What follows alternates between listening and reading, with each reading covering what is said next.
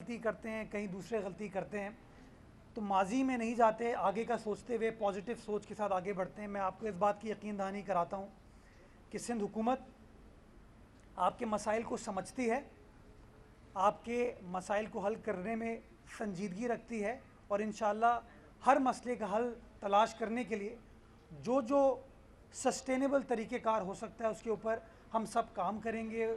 और मैं उसमें जो आपकी आवाज़ बन सका मैं आवाज़ बनने को तैयार हूँ। लेकिन थोड़ा मैं इसको on a lighter note start करता हूँ कि लोग यहाँ पर काम नहीं करते और फीते काटते हैं। लोग यहाँ पर काम नहीं करते, ऐलानात करते हैं। इसके बरक्स पाकिस्तान पीपल्स पार्टी की ये नालायकी मैं तस्लीम कर लेता हूँ कि हम काम करते हैं, फंड्स देते हैं, पैसे देते हैं, लेकिन अनफॉर्चुनेटली ये नालायकी कह लें हमारी कि हम उसको ओन नहीं कर पाते। और ये आपने बिल्कुल दुरुस्त कहा कि 38 करोड़ रुपए फबाटी को वज़ीर आला सिंध ने दिए, पाकिस्तान पीपल्स पार्टी के वज़ीर आला ने दिए, लेकिन आपको कहीं पीपल्स पार्टी का झंडा नज़र नहीं आएगा। ये शो करता है कि पीपल्स पार्टी जो हमारे सनतकार हैं उनके मसाइल का हल करने में दिलचस्पी रखती है, तस्वीर खिंचवाने में दिलचस्पी नहीं रखती। यही चीज़ नकाटी में हुई, यही चीज़ काटी में हुई, ये चीज़ साइट में हुई। और इसका बैकग्राउंड है, जब वज़ीर आला सिंध 2016 में हल्फ लिया तो कराची के सनतकारों से, हैदराबाद के सनतकारों से, सक्खर के सनतकारों से मुलाकात की और कहा कि जी बताइए हम कैसे मिलकर काम कर सकते हैं आपके मसाइल का हल तलाश करने के लिए। और गुजारिशात ये हैं कि जी हमें अपने इंफ्रास्ट्रक्चर को इम्प्रूव करने की ज़रूरत है। तो वज़ीर आला सिंध ने ये नहीं सोचा कि पैसे मैं खर्च करूं, सिंध हुकूमत ने ये नहीं सोचा कि पैसे हमारे थ्रू खर्च हों। हमने कहा जी आपकी अमानत है, हम टैक्स आपसे लेते हैं, हम पैसे आपके हवाले करते हैं, आप खुद लगाएं। और आपने देखा नतीजा ये हुआ कि काटी में तरक्याती काम हुआ, नकाटी में तरक्याती काम हुआ और अब फबाटी में तरक्याती काम हो रहा है। और इसका कहीं पर पैसे देने के बावजूद, फैसिलिटेट करने के बावजूद आपने देखा कि कहीं पर इसकी रूनुमाई नहीं की गई, तशहीर नहीं की गई। तो ये शो भी करता है कि पीपल्स पार्टी बेलॉस खिदमत करने पर बिलीव करती है। और ये इंपॉर्टेंट चीज़ है जो मैं समझता हूँ, वो जो आप कहते हैं ना कम्युनिकेशन गैप है, ताली दोनों हाथों से बजने की ज़रूरत है। ये आप लोगों को भी समझने की ज़रूरत है कि पीपल्स पार्टी आपके मसाइल के हल में इतनी संजीदगी रखती है कि आपको इख्तियारात, पैसे सौंप देती है कि आप ख़ुद ईमानदारी से वो अखराजात करें ताकि आपके मसाइल हल हो सकें। और मैं समझता हूँ ये तमाम प्रोसेस इस बात की अक्कासी करता है कि पीपल्स पार्टी किस तरीके से जेन्युइनली, सीरियसली आपके साथ मिलकर बैठकर काम करने को तैयार है और मसाइल का हल तलाश करने को तैयार है। इसके बरक्स जिन लोगों को 30 साल तक इस शहर ने पाला पोसा, ख्याल रखा, इज़्ज़त दी, उन्होंने अभी बताया जो फ़ाइट के यहाँ पे ओहदेदार थे कि उन्होंने खामोशी से डीएमसी के ज़रिए कोई कानून साजी कर ली और एग्जॉर्बिटेंट टैक्स आपके ऊपर लगा दिए। ये आपके इलेक्टेड लोग थे जो आपका वोट लेकर आए थे, जो कहते हैं कि जी हम कराची का हक अदा करते हैं। 2018 में आपके सामने पीपल्स पार्टी की ये कंट्रीब्यूशन थी कि काइट के लिए, काटी के लिए, नकाटी के लिए, फबाटी के लिए पैसे पीपल्स पार्टी ने दिए, बेलॉस होके दिए, सिंध हुकूमत ने दिए। लेकिन फिर भी कुछ और लोगों को मुंतखब करने की कोशिश की गई, उनको कराची से सेलेक्ट करा लिया गया। आज 2.5 सालों में उन लोगों ने कोई एक चीज़ अगर आप लोगों के लिए की हो, वादे करने के अलावा, प्रेस कॉन्फ्रेंस करने के अलावा, तो आप मुझे बताइए।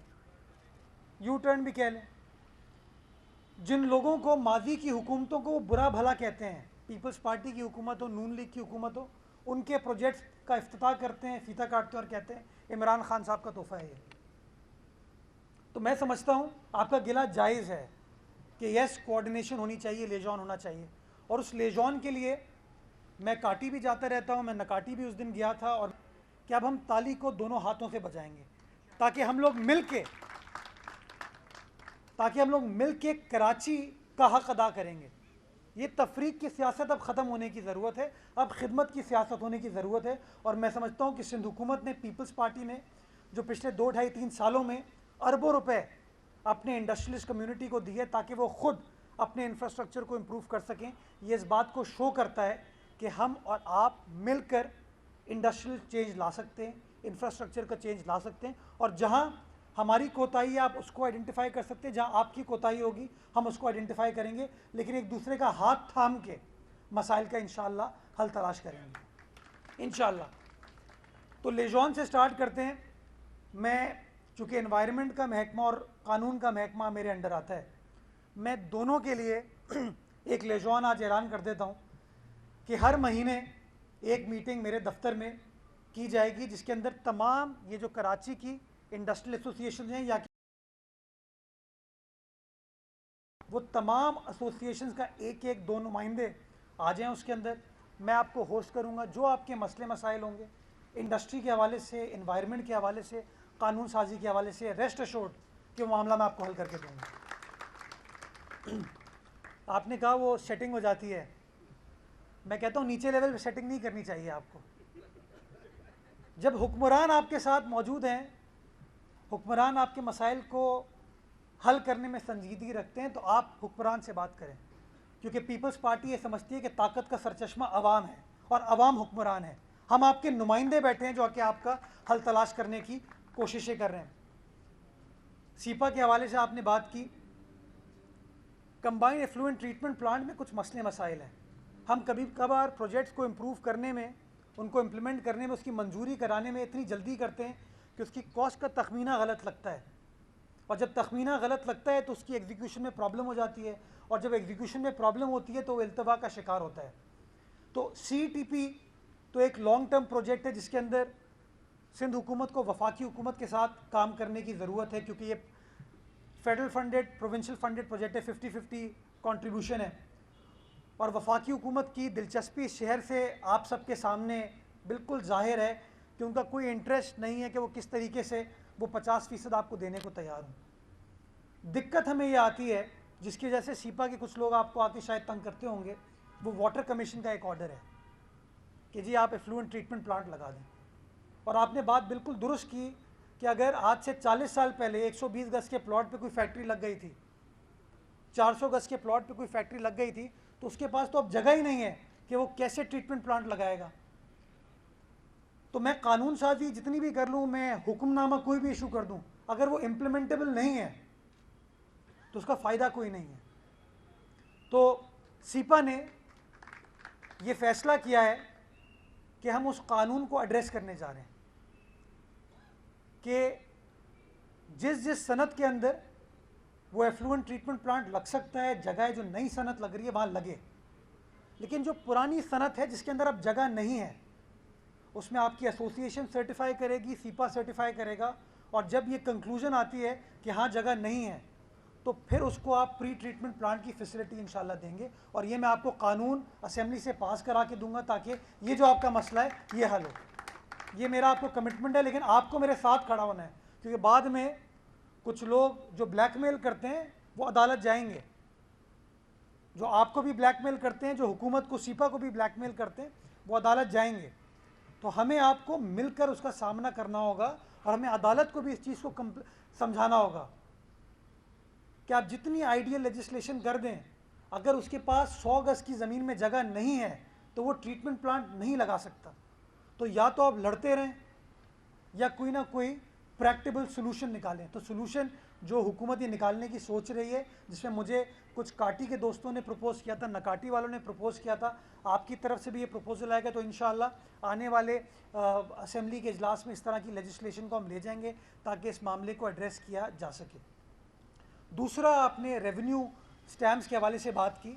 अगर आपकी तरफ से कोई प्रपोज़ल आ जाए, मुझसे आप मुलाकात कर लें, अगर आप इन राइटिंग प्रपोज़ल दे दें, बाकी सनती एसोसिएशन से भी बात कर लें, तो उसको देखा जा सकता है किस तरीके से उस मामले को एड्रेस किया जाए। अगर वो चीज़ गलत है, वो चीज़ आजकल के मौजूदा जो तरीक़ेकार है क़वानीन के हिसाब से प्रैक्टिकल नहीं है, तो अगेन सिंध गवर्नमेंट आपकी आवाज़ बनते हुए उस मामले को हल करने के लिए अपना किरदार अदा करेगी। तीसरी चीज़, आपने म्यूनसिपैलिटी के हवाले से बात की कि जो माजी की डीएमसी थी वो एग्जॉर्बिटेंट रेट्स लगा के चले गई है। अभी जो नए डीसी आए हैं, नई डीएमसी की इंतज़ामिया है, वो एक लेजॉन क्रिएट करने की कोशिश कर रही है between the citizens of central and the management कि जी अगर आप टैक्स देंगे, अगर आप रेवेन्यू सरकार को देंगे तो सरकार के पास वो वसाइल होंगे कि आपके मसाइल का वो हल सस्टेनेबल अंदाज से तलाश कर सके। और इस सिलसिले में इन्होंने एक transparent electronic based digital database मुरतब किया जिसके तहत आसानी से आपकी वो टैक्स की अदायगी की जा सकती है। और जो मुझे पता है वो 800 से 1000 रुपये एवरेज अमाउंट आता है दुकानों के लिए, जो शॉप बोर्ड मुझे बताया गया। सनत के लिए मैं नहीं कह सकता, मुझे पता नहीं है। इसके ऊपर डीसी सेंट्रल, डीएमसी के एडमिनिस्ट्रेटर यहाँ पर मौजूद हैं, आप लोग इनसे मुलाकात कर लें। रीज़नेबल आदमी हैं, रीज़नेबल तरीके से इसका हल तलाश करें। फ़ैसला इन्होंने नहीं किया था, माजी के जो डीएमसी के चेयरमैन थे वो करके गए थे। कोई ना कोई रीज़नेबल सोल्यूशन का तलाश किया जा सकता है। और अगर इसमें मुझे कोई अपना किरदार अदा करना पड़ा तो मैं आप दोनों के दरमियान बैठ के ब्रिज का किरदार अदा करूँगा, ताकि अगेन कोई सस्टेनेबल सोल्यूशन इस हवाले से ढूंढा जा सके। लेकिन मैं उम्मीद ये करूँगा कि आप लोगों को डीएमसी इंतज़ामिया का हाथ बटाना है ताकि उनको टैक्स मिले, और फिर जब उनको टैक्स मिलेगा उनकी ज़िम्मेदारी है कि वो टैक्स को आपके इलाके की फलाह बहबूद के लिए, इम्प्रूवमेंट के लिए, बेहतरी के लिए उसको खर्च करेंगे। तो इंशाल्लाह इस काम के अंदर भी हम आपके साथ हैं। मेरा अपना ऑफिस अपना किरदार अदा करेगा ताकि लेजॉन हो सके और आप लोगों का ये मसला भी हल हो सके। फायर ब्रिगेड के हवाले से आपने एसटी प्लॉट का जिक्र किया, एसपी सेंट्रल मौजूद हैं, इसको ज़रा मेक श्योर कीजिए कि फ़र्दर इंक्रोचमेंट ना हो। और एडमिनिस्ट्रेटर साहब ये मेक श्योर कीजिए कि जो इंक्रोचमेंट हुई है उसको रिमूव किया जाए, ताकि फौरी तौर पर उस ज़मीन को, जो सरकारी ज़मीन है, उसको प्रोटेक्ट किया जा सके, उसको सैल्वेज किया जा सके। और फिर देख लीजिए कैसे पब्लिक प्राइवेट पार्टनरशिप में इस प्रोजेक्ट को हम आगे बढ़ा सकते हैं कि जो इंफ्रास्ट्रक्चर वो इस एरिया की फलाह बहबूद के लिए बिल्ड करना चाहते हैं तो वो इंफ्रास्ट्रक्चर बिल्ड किया जा सके। तो इसके अंदर भी एसपी साहब आप भी बात कर लीजिएगा, मेक श्योर करें कि कोई फर्दर इंक्रोचमेंट ना हो, और जो इंक्रोचमेंट है वो डीएमसी और आप मिलकर इस इंक्रोचमेंट को रिमूव करें, ताकि वो सरकारी जो ज़मीन गालिबन 7 एकड़ की है उसको सिक्योर किया जा सके, उसको प्रोटेक्ट किया जा सके। गैस, आईन पाकिस्तान वाज़े अल्फाज में आर्टिकल 158 में ये कहता है कि जिस सूबे से गैस दरियाफ्त होगी, पहला हक प्रेसिडेंस जो है उस सूबे की ज़रूरियात को दी जाएंगी। ये पीपल्स पार्टी नहीं कह रही, ये कराची का, हैदराबाद का, सखर का, लाड़काना का ताजिर नहीं कह रहा, ये सिंध का आम आदमी नहीं कह रहा, रिहायशी नहीं कह रहा, ये आईन पाकिस्तान कह रहा है, जो सोशल कॉन्ट्रैक्ट है आवाम और रियासत के दरमियान। अगर आप हक़ाइक़ पर रोशनी डालें तो सूबा सिंध के अंदर 2400 से 2500 MMCFD गैस पैदा होती है। हमारी टोटल रिक्वायरमेंट, चाहे सनती हो, घरेलू हो, ट्रांसपोर्ट की हो, वो 1400 से 1500 MMCFD है। और मुझे अफसोस के साथ कहना पड़ता है कि जो गैस हमको SSGC सप्लाई करी है वो 800 से 900 MMCFD है। यानी कि जो सिंध का हक है, जो हम प्रोड्यूस कर रहे हैं गैस, उसकी तकरीबन 35 से 40% गैस हमको मिलती है, बाकी गैस ये ले जाते हैं। और ये है आइन शिकनी, ये है आइनी तकाज़ों को पूरा नहीं करना, ये है सिंध के ताजिरों के साथ ज़्यादती, सिंध के घरेलू सार्फिन के साथ ज़्यादती, हमारे जो ट्रांसपोर्टर्स हैं उनके साथ ज़्यादती।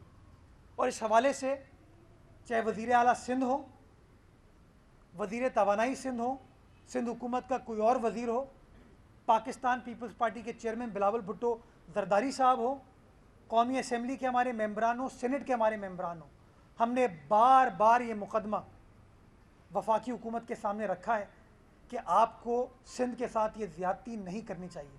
और पीर के रोज़ वज़ीर आला सिंध ने वज़ीर आज़म पाकिस्तान को ख़त भी लिखा है इस हवाले से, इन तमाम हक़ाइक़ बयान करते हुए कि सिंध को उसके हिस्से की गैस दी जाए। लेकिन अभी तक वो कहते हैं ना, ये यरगमाल वफाकी हुकूमत है, ATMs हुकूमत चला रहे हैं। वो नदीम बाबर साहब कोई अपनी लॉजिक पेश करते हैं, कोई अपनी मंतक पेश करते हैं। मुझे तो इस बात पे अफसोस होता है कि हमें हमारी गैस मिलनी चाहिए, ये लोग ज़बरदस्ती हमें LNG देते हैं, ज़बरदस्ती हमको RLNG देते हैं। और आप सनतकारों से मुआहिदा करते हैं कि हम आपको RLNG देंगे, महंगे रेट पर देंगे आप अग्री करें तो हम आपको ये फैसिलिटी प्रोवाइड करें, आपको लोड शेडिंग का सामना नहीं करना पड़ेगा।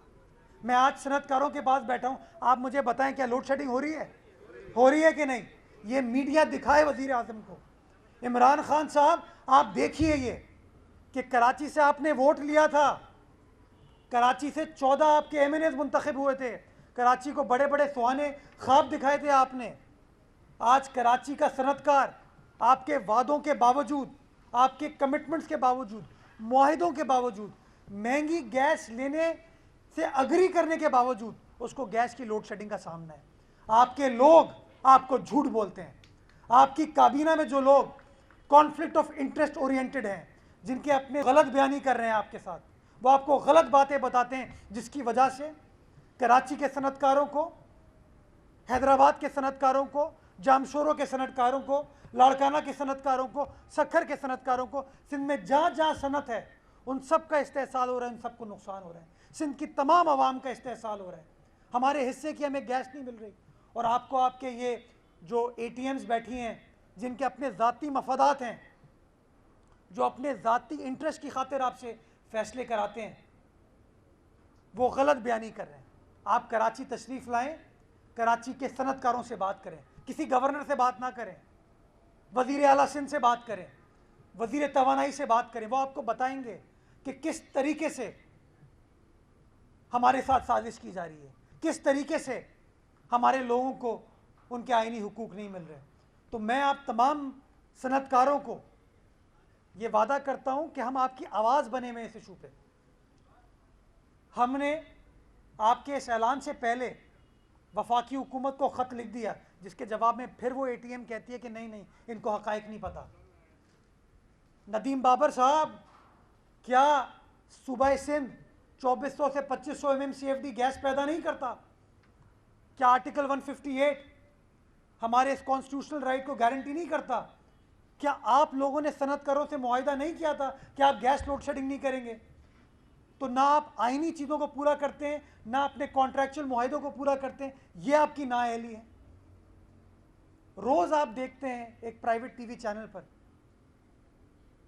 वो बहादुर सहाफ़ी इन ATMs को एक्सपोज कर रहा है, इस वफाकी हुकूमत की नाअहली को एक्सपोज कर रहे हैं, लेकिन उसके बावजूद ये लोग हल तलाश नहीं कर रहे, क्योंकि इनका इंटरेस्ट नहीं है। इसलिए आप लोगों को अपनी लेजॉन को बेहतर बनाने की ज़रूरत है। जब आप नालायक लोगों को मुंतखब करेंगे तो वो आपका क्या मुकदमा लड़ेंगे? अगर आप नालायक लोगों की सिलेक्शन को एक्सेप्ट करेंगे तो वो आपका क्या मुकदमा लड़ेंगे? आपने कहा ना कि मैं कानून जानता हूँ, आप सनत जानते हैं, मैं आपको समझा सकता हूँ, आप मुझे समझा सकते हैं। मेरा आपका स्टेक है, उनका कोई स्टेक नहीं है। वोट लिए कराची से, वोट लेके चले गए, बैठे हैं बनी गाला में आराम से, उनको गैस मिल रही है, उनकी ज़रूरियात पूरी हो रही हैं। लेकिन सूबा सिंध की आवाम का आप हाल देखिए कि हमारा आईनी हक हमें नहीं मिल रहा। जो कराची से वादा किया वो पूरा नहीं किया। आप कहते हैं ना पानी, वज़ीर आज़म पाकिस्तान कराची से मुंतखब हुए सितंबर के महीने में, सितंबर 2018 को काउंसिल ऑफ कॉमन इंटरेस्ट की मीटिंग होती है। वज़ीर आला सिंध बड़े खुश होते हैं कि अब कराची से मुंतखब वज़ीर आज़म है, 650 MJD पानी की, इजाफी पानी की रिक्वेस्ट हमारी पेंडिंग है वफाकी हुकूमत के सामने बड़े अरसे से। वज़ीर आला इस अज़म के साथ CCI में अपीयर होते हैं कि यार अब तो कराची का वज़ीर आज़म है, ये फ़ौरन दरख्वास्त अलाउ कर दी जाएगी। आज तक कोई फ़ैसला नहीं हुआ उसके ऊपर। कराची सर्कुलर रेलवे के हवाले से दिसंबर 2016 में कराची सर्कुलर रेलवे को CPEC का हिस्सा बनवाने की मंजूरी दी गई। दिसंबर 2016, मैं आपके साथ कागजात शेयर कर सकता हूँ। सॉवरन गारंटी इशू करनी थी वफाकी हुकूमत को। दिसंबर 2016 से दिसंबर 2020, 4 साल हो गए, अभी तक सॉवरन गारंटी इशू नहीं की। क्यों? क्योंकि वफाकी हुकूमत उस KCR के ट्रैक पर ML1 चलाना चाहती है। माजी में वफाकी वज़ीर या वफाकी हुकूमत का कराची से इंटरेस्ट नहीं था। अब आप तो 14 सीटें कराची से लेके गए हैं, आपका तो कहते हैं आप स्टेक है कराची शहर में, आपके साथ मुत्तहिदा कौमी मूवमेंट आपकी कोलिशन पार्टनर है, कराची की 90% सीटें आपके पास हैं, क्यों आपने सॉवरन गारंटी पिछले 2.5 साल से इशू नहीं की? क्यों आप बार बार ML1 को फौकियत देते हैं? पीपल्स पार्टी ने अपना हक अदा किया, CPEC में शामिल भी कराया, वज़ीर आला सिंध ने 12-13 खतूत वफाकी हुकूमत को लिखे और सिंध असेंबली से करारदाद मंजूर कराई कि ML1 को फौकियत नहीं मिलनी चाहिए, कराची वालों को KCR पर फौकियत मिलनी चाहिए, वो रूट KCR के लिए इस्तेमाल होना चाहिए, लेकिन कोई इंटरेस्ट नहीं है। और last but not the least, census. जब तक आपको आपकी आबादी सही तरीके से पता नहीं होगी, आप प्लानिंग नहीं कर सकते। सेंसस कहता है सूबा सिंध की आबादी 4 करोड़ 80 लाख है, कराची की आबादी 1 करोड़ 61 लाख है। हमारे पास कागजात मौजूद हैं, शवाहिद मौजूद हैं, हम साबित कर सकते हैं कि आपने सेंसस को सही तरीके से नहीं किया। ये मामला CCI को मंजूर करना था। CCI के सामने वजीर आला सिंध ने सिंध का मुकदमा रखा, सिंध के दारुल हुकूमत कराची का मुकदमा रखा। CCI ने मामले को मौखर कर दिया कि ठीक है, देखते हैं देखते हैं। बाद में पता चला कि अली जैदी साहब, जो कि कराची का बेटा कहते हैं अपने आप को, कराची से मुंतखब हुए हैं, पता चला कि उनकी सरबराही में एक कमेटी बना दी गई। तो जब कमेटी का पता चला तो वज़ीर आला सिंध वज़ीर आज़म को कहते हैं कि सूबों की मशावरत के बगैर कोई चीज़ फाइनलाइज नहीं होनी चाहिए। CCI नवंबर 2020 में फैसला करती है, डॉक्यूमेंटेड है, मैं मिनट शेयर करूंगा आप लोगों के साथ, कि सूबों की रिजर्वेशन सुनने के बाद रिकमेंडेशन देंगे आप। अली जैदी साहब सूबे से मशावरत नहीं करते, काबीना में जमा करा देते हैं। वो काबीना जहाँ पर वफाकी वज़ीर कानून मुत्तहिदा कौमी मूवमेंट का है, वफाकी वज़ीर IT मुत्तहिदा कौमी मूवमेंट का है, जो कहते हैं कि सेंसस पे बड़ी ज़्यादती हुई है, लेकिन ऐलान के हद तक ज़्यादती, प्रेस कॉन्फ्रेंस के हद तक ज़्यादती। ओ भाई, आप हुकूमत का हिस्सा हो, आप इख्तिदार में हो, हक अदा करो उन लोगों का जिनसे आपने वोट मांगे थे। खामोश हो जाते हैं, पता नहीं क्या मजबूरियाँ हैं इनकी। 162 अरब रुपए का वज़ीर आज़म पाकिस्तान वादा करते हैं कराची वालों से, सिफर। अंडा, वो अंडा जो अब 30 रुपए का मिल रहा है, थैंक्स टू इमरान खान, अंडा दिया है इन्होंने कराची शहर को 162 रुपए के वादे में। फिर जी कहते हैं हम सिंध हुकूमत के साथ मिलकर काम करेंगे, 1100 अरब रुपए का वज़ीर आज़म ऐलान करते हैं, जिसमें 350 अरब रुपए इनको खर्च करने। अभी तक कोई एक प्रोजेक्ट मुझे बता दीजिए जो इम्प्लीमेंटेशन फेज में आया हो। हमने तो मलिर एक्सप्रेसवे को स्टार्ट कर दिया है, हमने मलिर एक्सप्रेसवे को स्टार्ट कर दिया, 30 MJD पानी की स्कीम को स्टार्ट कर दिया, वाटर ट्रीटमेंट प्लांट के प्रोजेक्ट्स के ऊपर चीज़ें स्टार्ट हो गई। मैं एक चीज़ भूल गया, सॉरी, बताता हूँ, सॉरी, बात भूल गया मैं। साइट के एरिए में, साइट के सनतकार वज़ीर आला सिंध के पास आए आज से कोई 3 महीने पहले कि जी हमारी सड़कों को आप बेहतर करके दें। वोट किसी और को पड़ा था, वहाँ से मुंतखब सेलेक्ट कोई और हुआ, वज़ीर आला सिंध ने कहा मैं जिम्मेदारी अदा करूँगा। एक्सपोर्ट का क्रेडिट वफाकी हुकूमत लेती है, रेवेन्यू का क्रेडिट वफाकी हुकूमत लेती है, देती कुछ नहीं है। वज़ीर आला सिंध ने कहा कि मैं आपको सड़कें तामीर करके दूंगा। अच्छी खबर ये, 2 सड़कों पर तामीर KDA ने स्टार्ट कर दी है और 7 सड़कों का टेंडर पिछले हफ्ते अखबार में आ चुका है। इंशाल्लाह इस माली साल में आपको 9 सड़कें साइड की भी हम कंप्लीट करके देंगे। ये शो करता है कि हम तशहीर करने पर नहीं, काम करने पर बिलीव करते हैं। वो अली जैदी साहब वफाकी वज़ीर साहिली उमूर के हैं, कोस्ट पे उनका भी स्टेक है ना। मौरीपुर वाई जंक्शन रोड ख़राब है, लोग तजावज़ात के ख़िलाफ़ कार्रवाई कर रही है, तो उन तजावज़ात के हटाने से फ़ायदा किसको होगा? डिस्ट्रिक्ट सेंटर में रहने वाले लोगों को होगा ना। तो उनको तो इस चीज़ को खुशामदीद कहना चाहिए था कि अगर किसी पार्क के अंदर 10,000 रुपये पे, 50,000 रुपये पे पूरे पार्क को, जो कि एकड़ों पर मुहित है, वो किसी प्राइवेट शख्स को ठेके पर दे दिया हो, अगर DMC उसके ख़िलाफ़ कार्रवाई करती है तो वो अपनी जेबें भरने के लिए तो नहीं कर रही है ना, वो डिस्ट्रिक्ट सेंट्रल को चाइना कटिंग से पाक करने के लिए कर रही है। तो इस काम में तो हम सबको इनका साथ देना चाहिए। तो मैं समझता हूँ शायद खालिद मकबूल सिद्दीकी साहब को किसी ने गलत हक़ाइक़ बताए हों। तो मैं आपके तवज्जुह से उनको बताना चाह रहा हूँ कि जो अच्छा काम कर रहे हैं उस अच्छे काम में उनका साथ दें। जहाँ आपको लगता है कोई गलत चीज़ हो रही है आप बताएं हमको, लेकिन अच्छे काम में इंतज़ामिया का साथ दें। सर गैस बहरान के हवाले से आपने ज़्यादा बातचीत की है, लेकिन आप देख रहे हैं कि जो पॉलिटिकल मामला नज़र आ रहे हैं, जो नैब के केसेस हैं, उस हवाले से पीपल्स पार्टी सड़कों पर नज़र आ रही है। लेकिन गैस की वजह से जो सार्फिन और जो इंडस्ट्रियल परेशान है, उस हवाले से आप सड़कों पर नजर नहीं आते। सिर्फ ज़बानी कलामी और खतूत तहरीर कर दिए जाते हैं, जिससे जो कि बहुत अरसे से हो रहा है उसका कोई हल नज़र नहीं आ रहा। दूसरी जानब आपने साइट की बात की कि हम सड़कें तामीर कर रहे हैं, साइट के ही इंडस्ट्रियलिस्ट पीपल्स पार्टी के खिलाफ एहतजाज करते रहे, सालों ये तहरीक चलती रही, तब जाके वहाँ रोड बनना शुरू हुए हों, और अब 2 से 2.5 सालों में सिर्फ 1 या 2 रोड बने हैं। तो ये तो कोई सर क्रेडिट की बात ही नहीं हुई, ये तो बड़ी शर्मिंदगी की बात है पीपल्स पार्टी के लिए। चले, अगर आप मुझे शर्मिंदगी दिलाने की कोशिश करें तो मैं शर्मिंदगी ले लेता हूँ। पीटीआई को भी शर्म दिलाएं, एमक्यूएम को भी शर्म दिलाएं। डीएमसी वेस्ट किसके पास थी? साइट से टैक्स कौन हासिल करता था? ये ज़रा थोड़े हक़ाइक़ को समझें ज़रा। जो प्रॉपर्टी की टैक्स की मद में इंडस्ट्रियल या पैसे जमा कराता है वो डीएमसी वेस्ट के पास जाता था। और डीएमसी वेस्ट किसके कंट्रोल में थी? मुत्तहिदा कौमी मूवमेंट के। जो नेशनल एक्सचेकर को इंडस्ट्रियल पैसे जमा कराते हैं वो एफबीआर के पास पैसा जाता है। वो अपना हक़ अदा नहीं करते, हम अपना हक़ अदा करने को तैयार हैं। और वो सनतकार जिन्होंने हमारे ख़िलाफ़ बयानबाजी की वो आखिर में हमारे पास ही आए ना, अल्लाह बख्शे उनको, हमारे पास ही आए ना। वज़ीर आला सिंध के पास आए, वज़ीर आला सिंध ने उनकी बात सुनी और बात सुनने के बाद ऐलान किया, और ऐलान करने के बाद घर पर नहीं बैठ गए। ऐलान करने के बाद काम स्टार्ट हो गया। मैंने आपको बताया 2 सड़कों पर काम स्टार्ट हो गया, 7 सड़कों का टेंडरिंग का प्रोसेस स्टार्ट हो गया, अखबार में ऐड चला गया। वफाकी हुकूमत ने तो कुछ नहीं किया, एमक्यूएम ने तो कुछ नहीं किया, डीएमसी ने तो कुछ नहीं किया, केएमसी ने तो कुछ नहीं किया। तो ये अगर आप मुझे कहते हैं कि हमने देर की इस काम में, चले मैं मान लेता हूँ, मेरे अंदर इतनी अखलाकी जुर्रत है कि जहाँ मेरी गलतियों की मैं मान लूँगा। लेकिन जिन लोगों ने 40-40 साल इस्तेहसाल किया है, ज़रा उनसे सवाल पूछना भी आप कोशिश कीजिएगा। अब अल्हम्दुलिल्लाह लॉ एंड ऑर्डर सिचुएशन है, खौफ की फ़िज़ा इस शहर में नहीं है। सवाल पूछ लें उनसे, सवाल पूछ लें।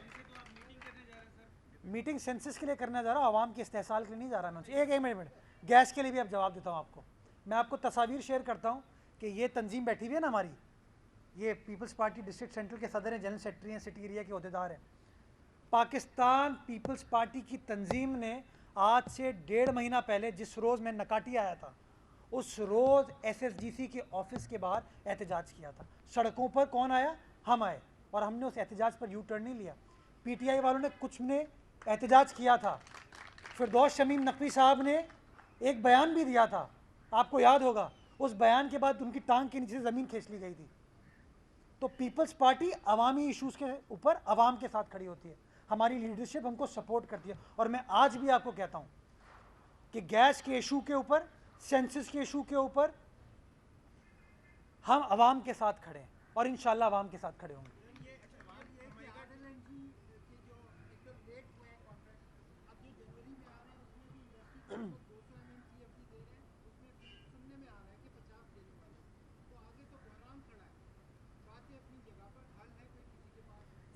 इसका हल ये है, जो मफादात पर मबनी फ़ैसले वफाकी काबीना में करते हैं उनको घर भेजने की ज़रूरत है, और उनको घर भेज के उनका नाम ECL पर डालने की ज़रूरत है, ताकि वो इस मुल्क से बाहर ना निकल सकें।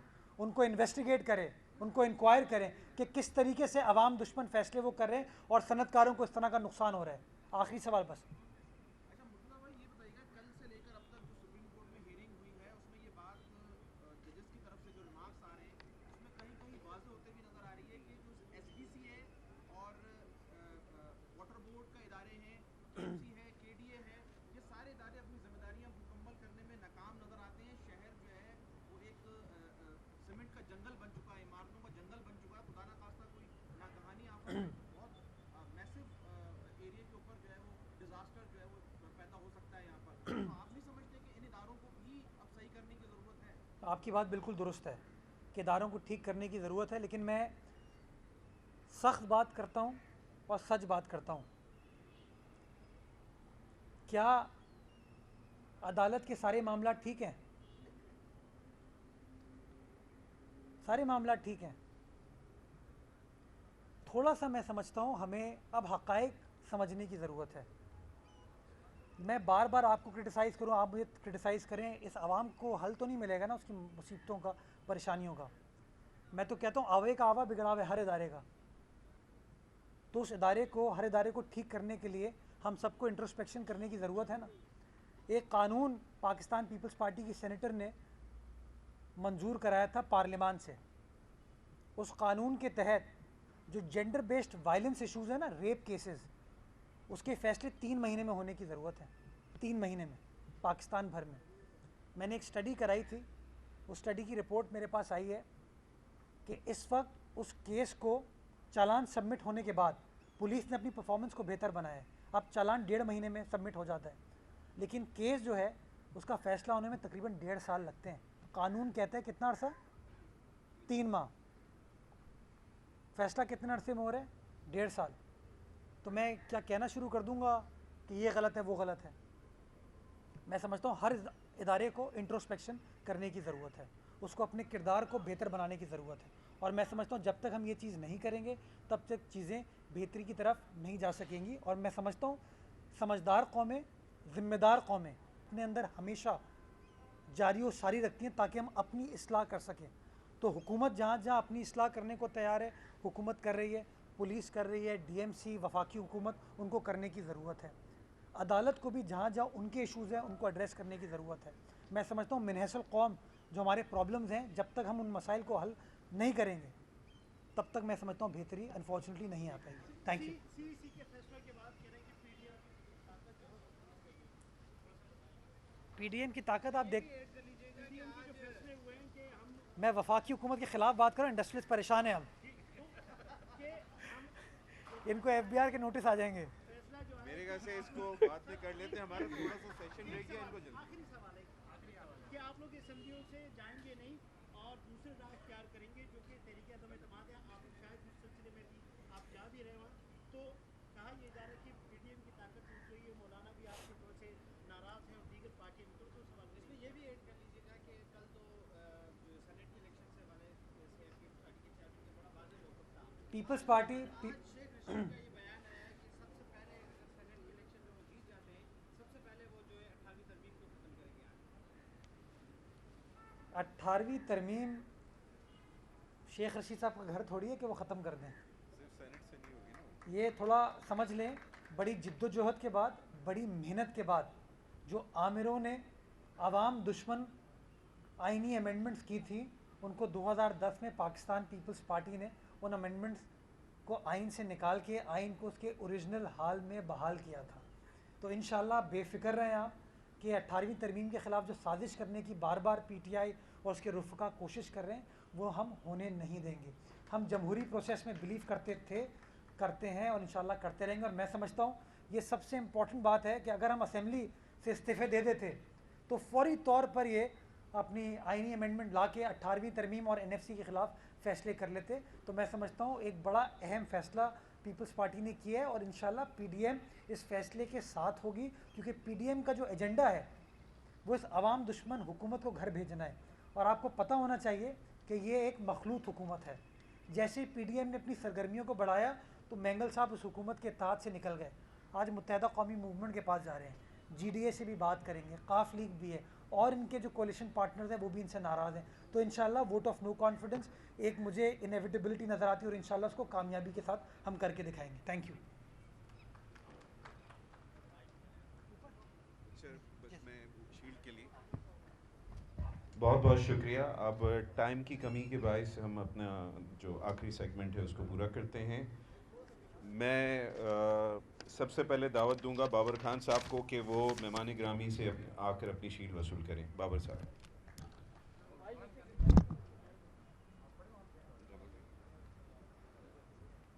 आप मुझे रेवेन्यू लॉ वाला बता दीजिएगा, कर देंगे।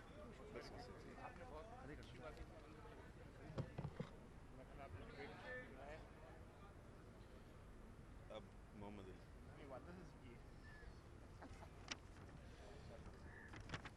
अब मैं दरख्वास्त करूंगा मोहम्मद इरफान साहब से, चेयरमैन फ़ाइड इरफान भाई, के आकर के अपनी शील्ड वसूल करें। इरफान भाई,